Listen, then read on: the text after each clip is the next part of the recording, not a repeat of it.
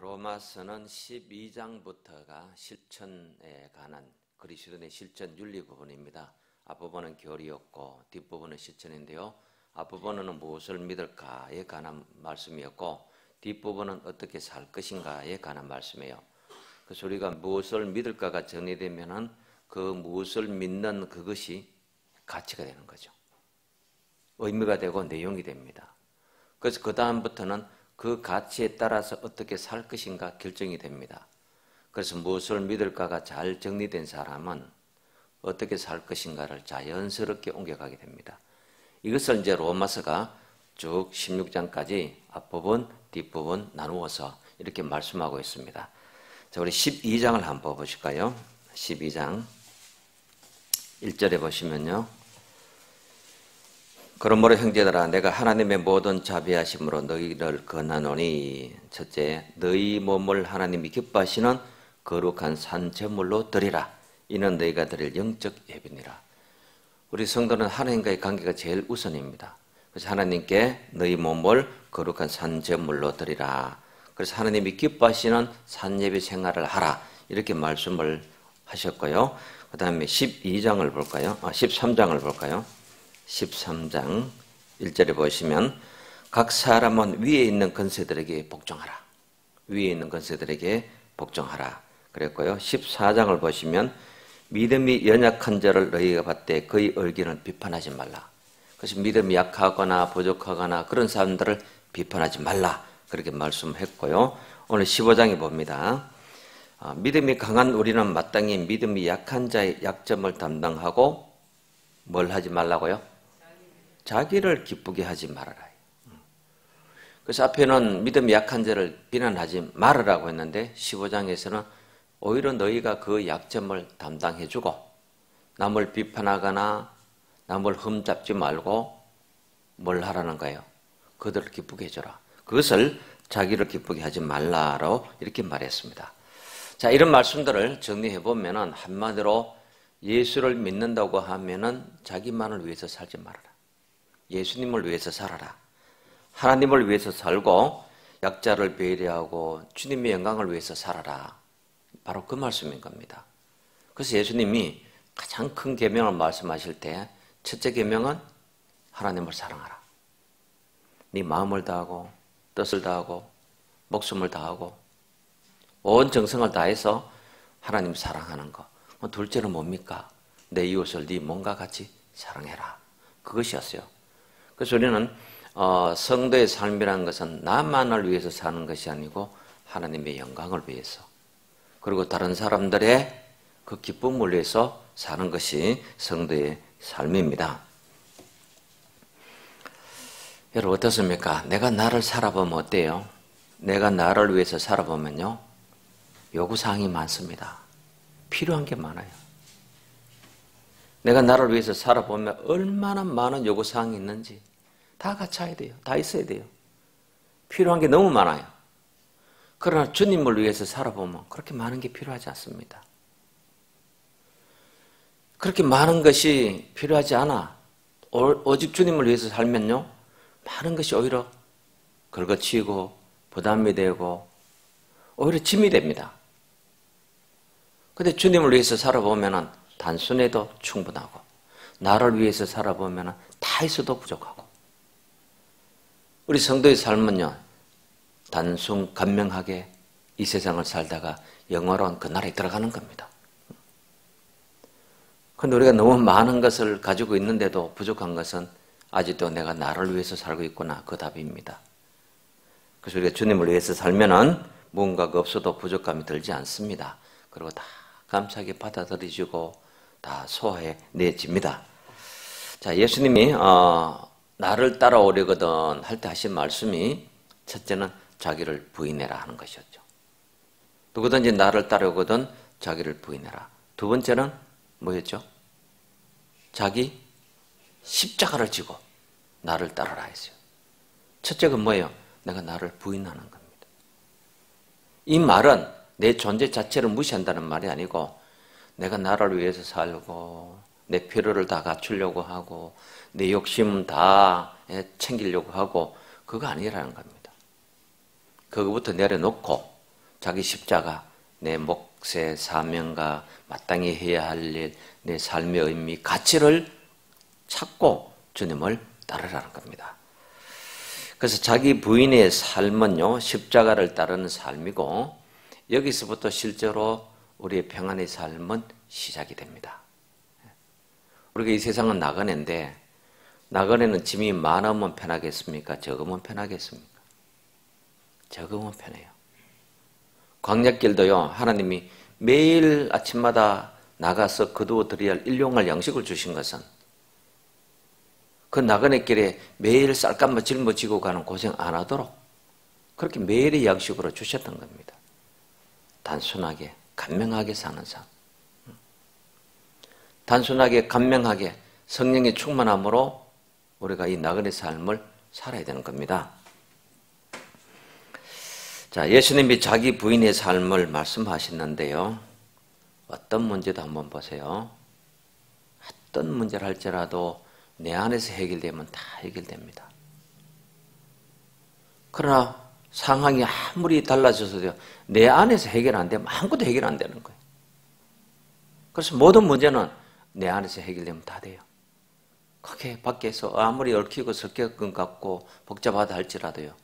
내 안에서 해결되면 그 순간 모든 것은 다 깨끗하게 해결되는 거예요. 이것이 뭐냐 그러면 바로 자기 부인의 삶입니다. 여기서 평안이 만들어지고 여기서 충만한 삶의 시작이 이루어지는 겁니다.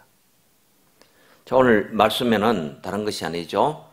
자기를 기쁘게 하는 삶으로만 살지 말아라. 그것이었어요. 자, 오늘 7절 한번 볼까요? 그러므로 그리스도께서 우리를 받아 하나님께 영광을 돌리신과 같이 너희도 어떻게 하라? 서로 받아라. 서로 받아라. 그리스도께서 예수님께서 우리를 받아주셨죠. 그리고 하나님께 영광을 돌리셨습니다. 우리도 그와 같이 해라. 그리고 8절에도 보세요. 내가 말하노니 그리스도께서 하나님의 진실하심 위하여 할례의 추종자가 되셨으니 이런 조상들에게 주신 약속들 이거 경고하게 했고요. 이 약속들을 바탕으로 해서 9절에 보니 이방인들도 긍휼하심을 받았고 또 그로 말미암아서 하나님께 영광을 돌리게 하셨다. 유대인도 이방인도 최종적인 목적은 뭐냐? 하나님께 영광을 돌리는 것이란 겁니다. 그래서 이것이 나를 위해 살지 않고 주님을 위해서 사는 삶이고 주님을 위해서 살면은 내 삶이 그렇게 힘들지 않다는 거예요. 말씀드린 대로 나를 위해서 살면 많은 것이 필요해요. 다 해서도 부족해요. 그러나 주님을 위해서 살면, 주님의 영광을 위해서 살면요, 없어도 모자라도 내 마음에서 부족함을 느끼지 않게 됩니다.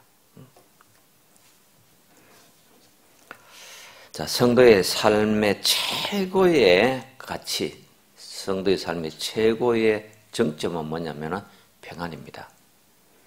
우리 영성학에서 보면요, 영성지수가 있습니다. 총 영성지수가 있는데, 영성지수의 제일 높은 단계가 뭐냐면 평안입니다. 이 평안이라는 건 사실은 가장 높은 단계인데 이르기가 굉장히 어렵고 힘들어요. 분노하는 거 있잖아요. 신경질 버럭버럭 내고 짜증내는 거 제일 밑에 단계입니다. 영성이 제일 낮은 사람들이 잘하는 게 뭐냐? 화 잘 내는 거예요. 짜증 잘 내는 거예요. 툭하면 신경질 내고 툭하면 짜증나고 툭하면 상처받고 이 영성이 낮은 사람들이 제일 잘하는 게 화내는 거예요. 그래서 화를 내는데 무엇에 대해서 화를 내는가 보면 그 사람의 가치를 알잖아요. 아이고 그따구 그 화를 내고 사냐. 그러고 쉽지 않습니까? 밥에 돌 한 개 나왔다고 화내는 남편들 많죠. 그게 다 우리가 아직 평안의 삶 높은 단계까지 못 이뤘기 때문입니다. 그래서 평안은 굉장히 높은 건데, 자, 그래서 성도의 삶의 최고의 삶은 이 평안이고요. 그래서 다른 것이 아무리 주어져도 평안이 없으면은 사실은 별 의미나 가치를 못 느끼게 돼요. 여러분, 돈이 어마어마하게 있는데 평안 없으면 무슨 기쁨이 있겠습니까? 돈이 어마어마하게 있는데 건강이 어마어마하게 좋아도요. 평강 없으면요. 그거 돌이나 나무나 종이 조각이지 아무것도 아닌 겁니다. 그래서 평강이 최고인 겁니다. 자, 우리가 행동하는 것은 어디에 따르냐 그러면은 우리가 가지고 있는 가치에 따라서 하는 것이 행동입니다. 내 가치, 내 속에 있는 것, 거기에 따라서 우리가 행동하고 움직이잖아요. 그래 내 속에 어떤 것이 있느냐, 그 사람의 행동, 윤리적 태도는 전부 그 사람 속에 있는 가치, 내용, 뭐 인격이라 해도 되고 배운 것이라 해도 되고 교양이라 해도 되고 그렇지만 결국은 그 사람 속에 있는 가치에 따라서 그 사람은 행동이 드러납니다. 그래서 그리스도인은 안에 평안이 있어야 됩니다. 그래야 밖으로 뭐가 드러나요? 평안이 드러나는 겁니다. 내 속이 복잡한데 얼굴에 평안이 나타나고 평안의 삶을 살고 안 되는 겁니다. 그래서 그리스도는 이렇게 생각하면 됩니다. 문제는 문제고 내가 평안한 건 다르다. 아무리 힘들고 어려워도 그건 그거고 그 문제는 그 문제고 나는 주님이 주시는 평안 안에 머문다. 그리고 우리 기도하면 됩니다. 기도가 일합니다. 내가 일하는 거 아닙니다. 기도가 일하면 보이잖아요. 기도하면 보이고 기도가 일하면 드러나고 그래서 우리 하나님께 맡기고 평안하고 문제 있으면 기도하고 그리고 우리는 열심히 신앙으로 걸어가면은 하나님이 다 정리해 주시는 겁니다. 내가 몸부림친다고 됩니까? 내가 뭐 조급하게 서두른다고 될 일 되고 안 될 일이 안 되고 그런 거 아니거든요. 그래서 우리가 하나님께 평안의 삶으로 가는 것이 큰 거예요. 그래서 영성학에서 이렇게 말해요. 한마디로 딱 정리하면은 평안은 능력입니다.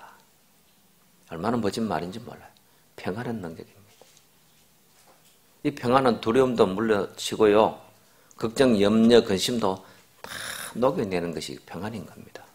그래서 예수님이 우리에게 주신다 한 것 중에 뭘 가장 구체적으로 표현하시면서 주신다 하시느냐 하면은 평안을 너희에게 끼치노니 곧 나의 평안을 너희에게 주노라. 주노라. 나의 평안을 너희에게 주노라. 설명도 하셨어요. 내가 너희에게 주는 것은 세상이 주는 것과 같지 않다. 세상은 일시적인 겁니다. 일시적인. 금방 좋았다가 금방 나빠지고 그러나 예수님 주시는 평안은 항구적이고 안정적인 평안 이걸 주신다고 하신 겁니다. 그래서 예수님 우리에게 주신 가장 큰 선물이 바로 이 평안입니다. 우리가 예수를 믿고 산다면은 우리는 가장 예수 잘 믿는 표현이 평안한 것으로 드러나야 됩니다. 그래서 예수 잘 믿는 사람은 어떤 역사를 일으키고 기적을 일으키고 그게 아니고요. 가장 평안함으로 가장 기쁜 삶으로 그 삶을 감사함으로 받아들이고 사는 그것입니다. 그래서 여러분이 어떤 문제가 있고 어떤 어려움이 있어도 세상이 주는 것 같지 않은 그 평안을 주신 예수님의 기쁨으로 모든 것을 이기는 능력 있는 삶을 살기를 원합니다. 자, 우리가 얼마나 행복한지 한번 생각해 봅시다. 모든 사람은요, 죄인으로 태어났습니다. 하나님 없이 살아요. 그런데 우리는 죄인으로 태어났어요. 하나님 없이 살다가 예수님을 만났습니다. 그리고 예수님을 만나서 우리는 천국의 삶을 살게 되었어요. 이것이 그리스도인입니다. 그럼 어떤 사람은 죄인으로 태어나서 하나님 없이 살다가 예수님을 만나지 못하고 지옥으로 갔습니다. 이게 자연인입니다. 근데 우리는 죄인으로 태어났는데 하나님을 모르고 살았는데 예수님을 만나는 바람에 하나님을 알게 됐고 죄인으로 태어난 우리의 신분이 의인으로 바뀌게 되었고 지옥으로 가야 할 우리의 신분이 천국 하나님의 나라에 그 나라의 시민이 되는 신분으로 바뀌어버렸습니다. 그리고 또 아는 것은 뭐냐면은 우리는 예수를 믿고 이 땅에 사는 날 동안에 하나님이 내 삶의 주변에서 일하시는 걸 알아요. 그리고 하나님이 내 삶의 주변에서 일하시는 거기에 우리는 참여하면서 사는데, 믿지 않는 사람들은, 자연인들은 세상이 만들어가는 거기에 따라서 살고 있어요.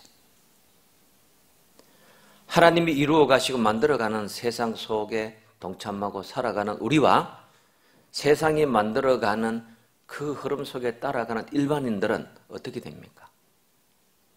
우리는 하나님이 완성해 가시고 만들어 가시는 거기에 우리는 자연스럽게 참여하고 그 하나님의 일하심을 우리가 따라가기만 하면은 가장 좋은 삶이 우리에게 이루어져요. 그게 천국이고 영생이고 구원이고 영하고 이 모든 것들입니다. 그런데 믿지 않는 사람들은 세상이 만들어가는 그 세상을 따라 살다가 그들이 마지막에 이르렀을 때 어떻게 하나요? 거역하죠. 저항하죠. 몸부림치죠. 안 따라가려고, 안 끌려가려고. 그러다가 몸부림치다가 비참하게 굴복하고 죽는 겁니다.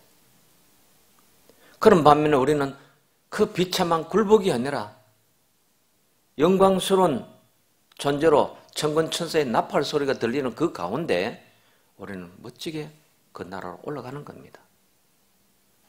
이것이 그리스도인과 자연인의 현격한 차이입니다.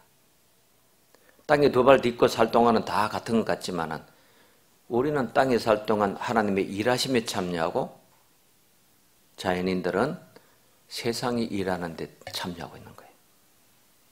그러나 그 결과는 너무나 엄청나게 큰 결과를 맞이하게 됩니다.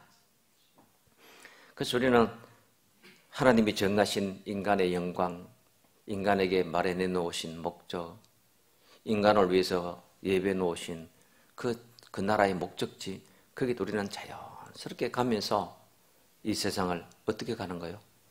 평안의 능력으로 이기고 가는 겁니다. 그래서 여러분 너무 걱정하지 마세요. 염려하지 마세요. 예수님도 그러시잖아요. 한날의 괴로움은 어떻다? 그날의 족하다. 내일 일은 내일이 염려할 거다. 왜? 내일은 내 소관이 아니기 때문에 하지 말라는 겁니다. 뭐 오늘도 못하는데 내일까지 왜 걱정을 가불해서 합니까? 예?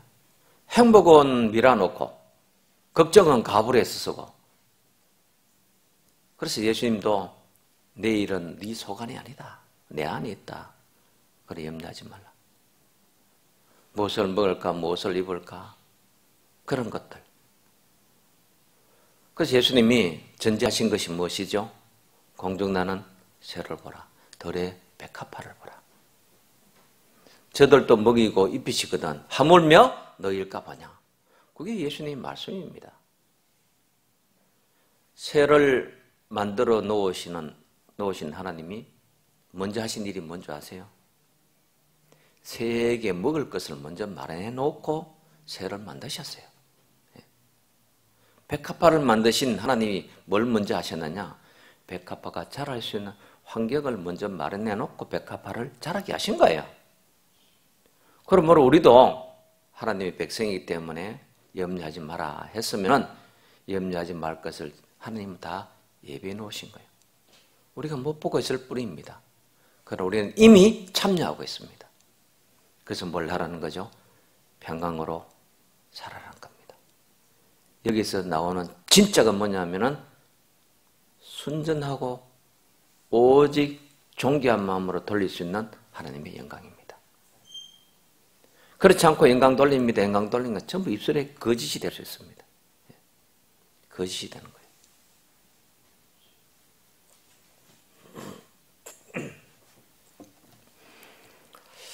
거예요. 얼마 전에 한 글을 보니까요. 서양 사람들은 왜 마스크를 안 쓰려고 이렇게 병이 옮아서 바이러스가 퍼져서 죽고 이런데도 마스크를 안 쓰려고 하느냐. 서양인의 정서와 동양인의 정서를 비교했는데요. 서양인들은 입을 봐야 의사가 되고 입술로 사는 사람들이고 동양인은 정서로 사는 사람이에요. 그래서 서양인들은 입술로 살고 동양인들은 눈으로 살아요. 우린 다 같이 눈길 봐도 다 알잖아요. 예. 눈이 다 말해요. 뭐 어떤 분은 사랑을 눈으로 말한다 하는데 맞는 것 같아요. 근데 서양인들은 전부 입으로 말하는 문화다 보니까 마음으로 정서로 말하는 그것이 아니고, 그러다 보니 입이 가려지면 답답해서 못 산다는 거죠. 그런 글을 쓴 분도 계시더라고요. 그러나 가보니 상당히 맞는 것 같기도 하더라고요. 자, 우리 그리스도인은 뭘로 사는 거예요? 입이나 정서보다 더 큰 게 있습니다. 우리의 영혼이 주와 함께, 우리의 심령이 하나님의 그분의 보혜사 성령의 감동하심으로 함께 얼마나 우리는 멋지게 살고 있습니까?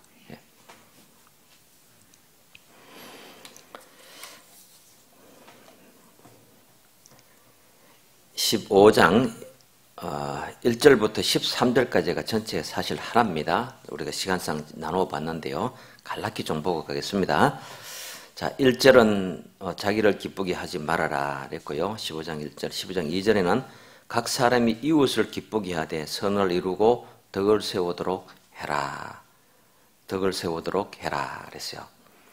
자, 모든 것이 가해도 덕이 없으면 안 된다 그랬죠. 그래서 덕이라는 것은 나만 좋은 것이 아니고 서로 좋은 게 덕입니다. 나도 기쁘고 너도 기쁜 거, 그게 덕이고요. 3절 봅니다. 그리스도께서도 자기를 기쁘게 하지 아니하셨나니 기록된 바 주를 비방한 자들의 비방이 내게 미쳤나이다 함과 같으니이다 그랬어요.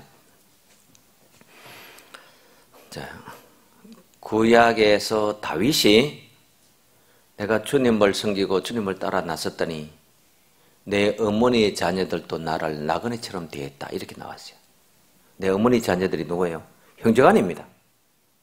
내 어머니의 자녀들이 나를 비방했다. 형제간에도 비방당하고 주를 의지하고 살 때에 모함을 당하고 어려웠다는 거예요. 그래서 우리가 하나님 믿고 사는 게 참 힘들어요. 왜? 같지 않기 때문에. 세상은요, 같지 않으면 배척하고 대적하고, 진리 아닌 사람들은 진리가 미워요. 예수 믿고 사는 우리는 예수 안 믿는 사람들에게 비방당하는 것이 그게 당연한 겁니다. 애초에 예수님도 원수들 가운데서 그 삶을 사셨어요. 비방자들 가운데 사셨어요. 사도들도 그렇게 했고 그 후에 교부들도 그렇게 했고 숱한 성자들이, 숱한 믿음의 사람들이 이 세상의 반대 속에, 비난 속에 살았어요. 왜요? 그들과 같지 않기 때문에. 전에 성경 공부를 하다 보니 한 분이 그런 질문을 하셨는데, 예수 안 믿을 때는 사탄, 마귀, 귀신 이런 말을 몰랐는데 교회 오고 나니까 독하면 귀신이라 그러고 사탄이라 그러고, 방송 들어보면 설교 때마다 마귀의 세력이라고 하고 사탄의 건세라 그러고, 도대체 예수 믿고 났는데 왜 이렇게 사탄 건세가 많고 마귀가 많고 대적이 많습니까? 그 질문이었어요. 왜 그렇겠습니까? 마귀는요, 자기와 나란히 가는 자는 대적 안 합니다. 자기와 함께 가는 자를 사탄은 절대 방해하지 않습니다. 그러나 예수를 믿고 나면은 사탄과 대적하고 사탄을 거스르고 삽니다. 그러니까 더 많은 것이 당연하죠. 더 많이 보이는 것이 자연스러운 겁니다. 그래서 교회에 오면은 사탄 건세 얘기 많이 해요. 자, 우리가 평안을 가지고 살아야 참 그리스도인이다 말씀을 드리는데요.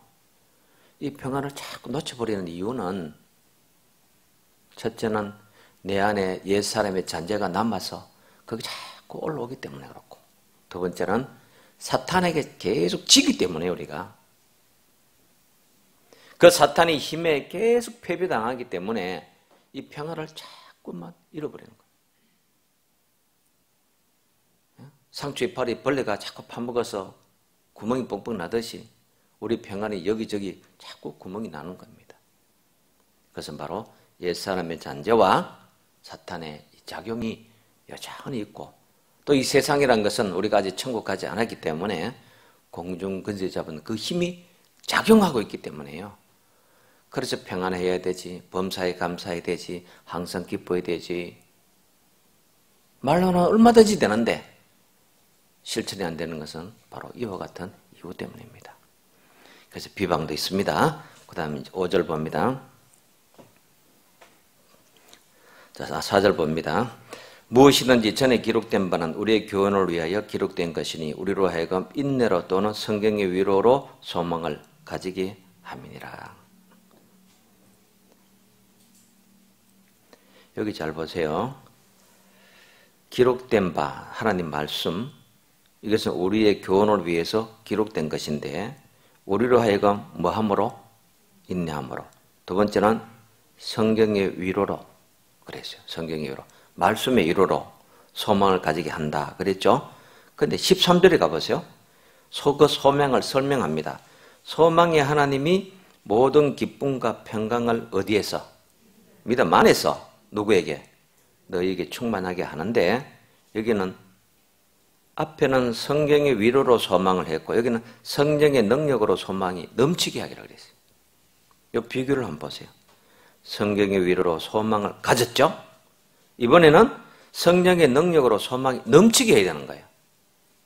그래 말씀으로 우리가 이 소망을 가지게 되었으면은 그 다음 한 발 더 나가서 성령의 능력으로 소망이 넘치게 만들어야 되는 겁니다. 그래서 성령은 하나님 우리에게 주셨죠. 믿을 때. 성령 충만한 것은 그 다음부터 내 노력과 내 기도와 내 의지에 달려 있습니다. 성령은 떠나시진 않아요. 소멸되지는 않습니다. 그러나 우리가 성령 충만을 받지 못하면은 이 성령은 자꾸 잠재됩니다. 안 움직입니다. 활동을 하지 않아요. 성령 충만은 이것이 능력으로 나타나서 보세요. 소망이 넘치게 하는 겁니다. 이 소망이 넘치면은 염려, 두려움, 장래에 대한 불안 있을 수 있겠습니까? 걱정 안 하는 거예요. 걱정 안 해요.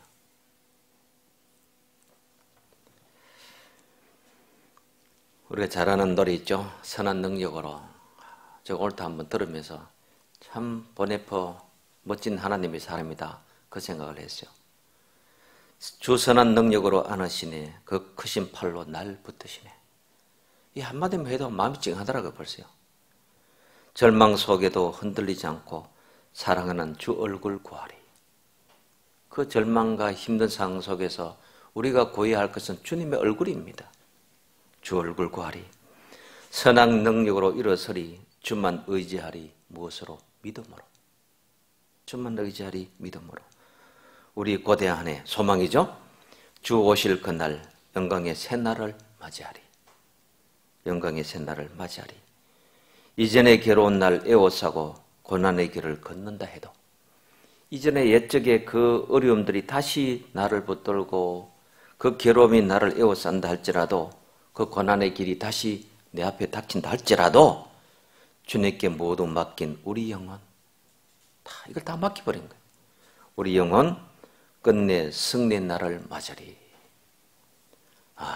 참 얼마나 멋진 이런 시를 썼고 이 곡도 너무 참 잘 붙인 것 같아요. 들을수록 좋고 가사를 음미해 볼수록 얼마나 힘이 납니까? 뭐예요? 말씀으로 소망을 가진 자는 성령의 능력으로 소망을 충만하게 하라. 이 성경 말씀과 똑같은 겁니다. 자, 우리가 로마서 14장에서 봤던 것 중에 하나가 하나님의 나라는 먹고 마시는 것이 아니요. 뭐라 그랬죠? 오직 성령 안에서. 오직 성령 안에서 의와 평강과 희락이라.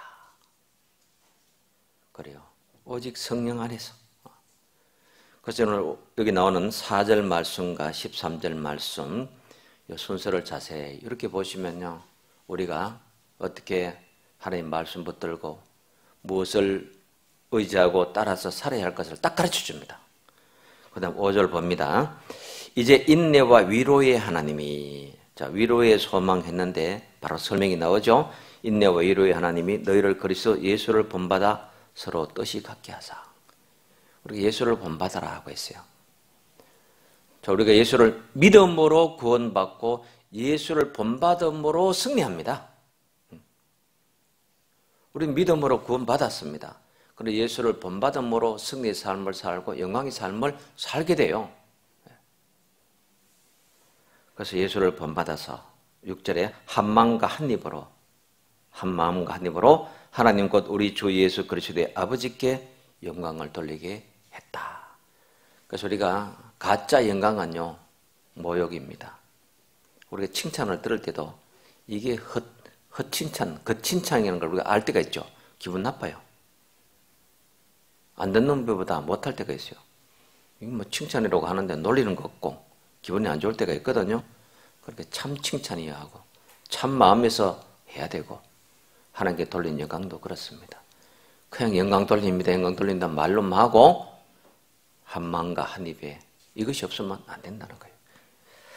7절에 그러므로 그리스도께서 우리를 받아 하나님께 영광을 돌리신 것 같이 너희도 서로 받으라. 여기서는 약한 자를 돌보고 비난하지 말고 한 마음이 되어서 같이 뭘 해라? 평안의 삶으로 하나님께 영광을 돌리고 살아라. 이게 성도의 삶이다 하는 것을 계속 강조하는 겁니다. 8절 보겠습니다. 내가 말로는 그리스도께서 하나님의 진실하심을 위하여 할례의 추종자가 되셨으니 이는 조상들에게 주신 약속들을 경고하게 하시고 9절에 이방인들도 그 긍휼하심으로 말미암아 하나님께 영광을 돌리게 하려 하심이라. 기록된 바 그러므로 내가 열방 중에서 주께 감사하고 열방 이방입니다. 주의 이름을 찬송하리로다 함과 같으니라.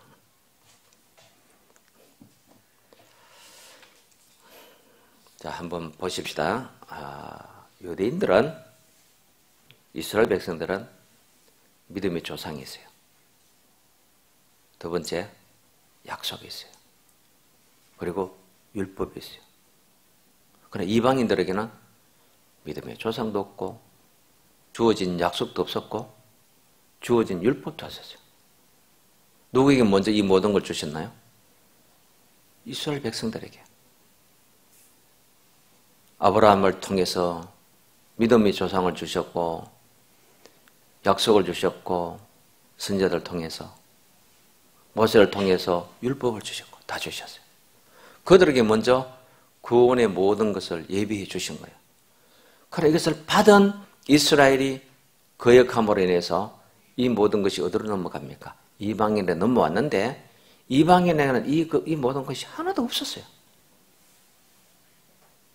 뭘 하나라도 가지고 싶지만은 실제로 믿음의 조상도 율법도 약속도 받은 게 이방인에게는 없습니다. 그런데 놀랍게도 하나님은 예수 그리스도를 통해서 이 모든 것을 완성해 주셨어요. 그리고 그분 안에 모든 게 성취되어서 율법이 완성이 되고 복음이 되고 약속이 성취되어서 메시아가 되시고 율법이 은혜가 되어서 그래서 예수 안에서 우리는 이방인들은 그분 한 분을 믿음으로 앞에 주어졌던 그 모든 것을 일순간에 우리가 갖게 된 겁니다. 그래서 우리가 예수 그리스도가 왜 그렇게 중요하냐면은 바로 하나님이 태초부터 계획하시고 구원하시기를 원하셨고 이루기를 원하시던 모든 것들을 예수 안에 닮아서 완성하셨기 때문에 그래서 우리의 모든 것은 예수 그분 안에 다 들어있는 겁니다. 그래서 우리가 예수 열심히 믿으면 되는 그리고 예수 열심히 믿으면 모든 것을 가지게 되는 그 이유가 바로 하나님은 예수를 통해서 모든 것을 완벽하게 완성하셨기 때문입니다. 죄를 해결하셨죠. 우리에게 새로운 의의 생명을 우리에게 주셨죠. 유대인들이 그토록 약속과 율법을 통해서 이루기를 원했던 그 영원한 생명을 예수 안에서 주셨죠. 그래서 예수님 한마디로 딱 하시잖아요. 내가 곧 그 길이다. 내가 바로 그 진리고 바로 그 생명이다. 그래서 이것을 우리가 길이요 진리요 생명이다고 그리고 우리가 한마디로 고백하고 있지 않습니까? 예수 안에 다 있은 겁니다. 그래서 이제 9절부터 12절까지는 구약에서 예언한 것들이 어떻게 점차적으로 예수 안에서 이루어졌냐 하는가를 하나씩 열거한 겁니다. 그래서 모든 열방들아 주를 찬양하며 모든 백성들아 그를 찬송하라 하였고, 또 12절에 보니 이사야가 이르되 이새의 뿌리 곧 열방을 다스리기 위하여 일어나신 이가 있으리니 열방이 그에게 소망을 두리라 하였느니라. 자, 10절부터 한 번도 안 빠지고 나오는 것이 뭐예요? 열방, 백성, 열방, 백성, 열방 이거죠. 그러니 하나님은 그 모든 준비를 이스라엘 통해서 하셨고, 그리고 예수님이 이스라엘 땅에서 오심으로 말미암아 모든 걸 성취하셔서 모든 이방인이 구원받게 된 겁니다. 그래서 구원의 경로를 한마디로 정리하면 이래요. 유대인, 이방인, 세계 만방, 열방인 겁니다. 그래서 오늘날 전 세계 사람들이 예수님을 믿고 구원을 받을 수가 있게 된 겁니다. 자, 그리스도인의 삶은요, 죽음도 이기시고 모든 것을 다 해결해 놓으신 예수 그리스도 그분의 삶 안에 다 들어있기 때문에 우리는 아주 간단합니다. 간명합니다. 아주 단순하고 간명한 것은 예수가 길이요 진리요 생명이시라는 걸 그거 믿고 그냥 가면 되는 거기에 있습니다. 길이기 때문에 천국 갑니다. 진리이기 때문에 거짓이 없습니다. 생명이기 때문에 죽음이 없는 거예요. 그래서 길이요 진리요 생명이란 건 그 순서는 얼마나 멋진 순서입니까? 이거 바꾸면 안 되는 겁니다. 그럼 그 길로 거짓이 아니기 때문에 진리이기 때문에 그리고 생명이 이루고 그 생명은 우리에게 영원한 생명으로 그 나라에까지 가서 누릴 수 있는 영원한 삶으로 보장해 주시는 겁니다.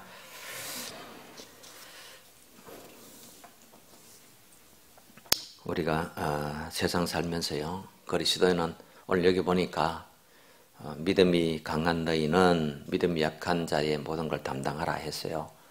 그래서 죄 짓는 거 외에 우리는 다 양보하고 사는 게 좀 좋습니다. 죄 짓는 거 아니면은 다 그래, 네 하고 싶은 대로 해라. 그리고 양보하고 배려해주고 그렇게 살면요, 얼마나 우리가 자유하겠습니까? 무슨 말이에요? 이기려고 좀 다투지 말라는 거죠. 이겨봐도 별거 없습니다. 그거요. 한 시간 지나면 다 잊어버려요. 뭐 때문에 싸운지도 몰라요. 이게 더 별 수 없는 거, 그거 이겨봐야 캐리어 뭐 올라가는 것도 아니고. 그래서 죄 짓는 것 아니면은, 그래, 그렇게 하라고. 그리고 양보해주고, 배려해주고, 아껴주라고. 그 말씀을 너희가 한마음 한뜻이 되어서 함께 평안의 삶으로 뭘 하라? 하나님께 영광 돌리는 게 더 크다. 그것을 강조한 겁니다. 우리가 때로 비난도 듣고 비방도 듣고 그리스도인이 그럴 수 있는데요. 그것을 우리가 이렇게 알면 됩니다.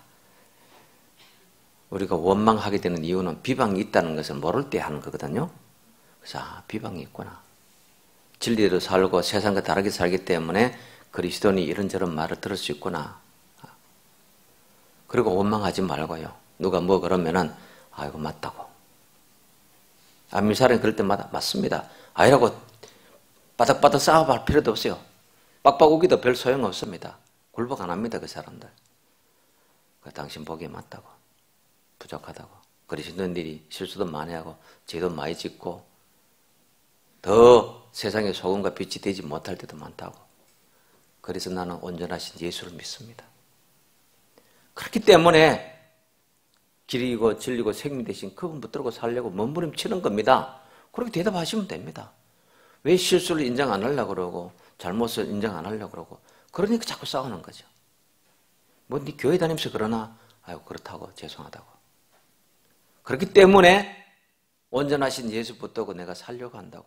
내가 그분을 붙들고 사는 것이 내 힘이고 내 생활의 기준이 되고 그분 붙들고 사는 것이 내 가치가 되고 그래서 좀 더 나은 사람이 되려고 애쓰고 있습니다. 그럼 뭐라고 하겠습니까? 더 나은 사람 되려고 애쓰고 있다는데 잘한다고 가겠습니까? 그래서 우리가 다투지 말고 싸우지 말고 품고 배려하고. 그래서 오늘 성경은 그 얘기를 합니다. 그래서 너희가 하나님께 영광을 가리지 말고 영광을 돌리도록 그렇게 하라. 성령의 능력으로 13절 봅니다. 소망의 하나님. 참 좋죠? 소망의 하나님. 모든 절망이 다 사라집니다. 두려움이 사라져요. 이 소망의 하나님이 모든 기쁨과 평강을 우리에게 충만하게 주셨어요. 어디 안에서? 믿음 안에서. 그래서 우리 믿음의 바운더리라는 것이 얼마나 소중합니까? 믿지 않으면 내 거 아닙니다. 믿어야 내 것이에요. 믿음 안에서 너에게 충만하게 하셨고 또 성령의 능력으로 소망에 넘치게 하셨고 우리 13절 한 절만 해도 우리가 세상에서요 날마다 이기고 승리하게 살 수 있는 말씀이 됩니다. 능력의 말씀이 돼요. 그래서 성령의 능력은 우리의 힘입니다. 그래서 여러분 모일 때마다 우리가 기도하고 무슨 그리스도인들은 밥 먹을 때도 뭘 할 때도 항상 기도하는 것은 뭐예요? 이 그리스도의 선한 능력으로 성령의 능력으로 우리가 더디섬 받기 위해서. 우리가 음식을 먹어도 맛있는 음식을 먹어도 소화도 잘해야 됩니다. 소화 못하면 내 거 아니잖아요. 그래서 먹을 때도 감사하며 먹고 그러므로 우리가 소화도 잘 되고 하나님 맛있게 먹고 소화도 잘하고 건강도 하고 그리고 영혼도 기쁘게 해주옵소서. 우리 그렇게 기도하시면 돼요. 맛있는 것 먹고 건강하게 해주시옵소서. 뭐 그렇게만 하지 말고 so 심플해요. so 심플. 그래서 하나님 이 맛있는 음식 주셔서 감사하다고 소화를 잘 시키고 내 마음도 영혼도 이로 인해서 기뻐하고 감사하게 해주시고 하나님의 은혜로 말미암아 내가 살고 있음을 날마다 깨닫고 가게 해주세요. 얼마나 우리 음식 하나도 그러면 가치가 있어집니까? 그래서 우리 믿는 사람은요 어디 가든지 이 소망의 하나님 때문에 성령의 능력으로 우리 소망이 풍성해서 두려움도 염려도 질병도 아픔도 고통도 이기고 나가고 그래서 어디로 갑니까? 평안으로. 거기서 위로 하나님께 영광을 돌리며 이렇게 사는 거예요. 그래서 오늘도 예수님이 주신 이 평강으로 또 하나님께 영광 돌리는 삶으로 살아갈 수 있기를 바랍니다.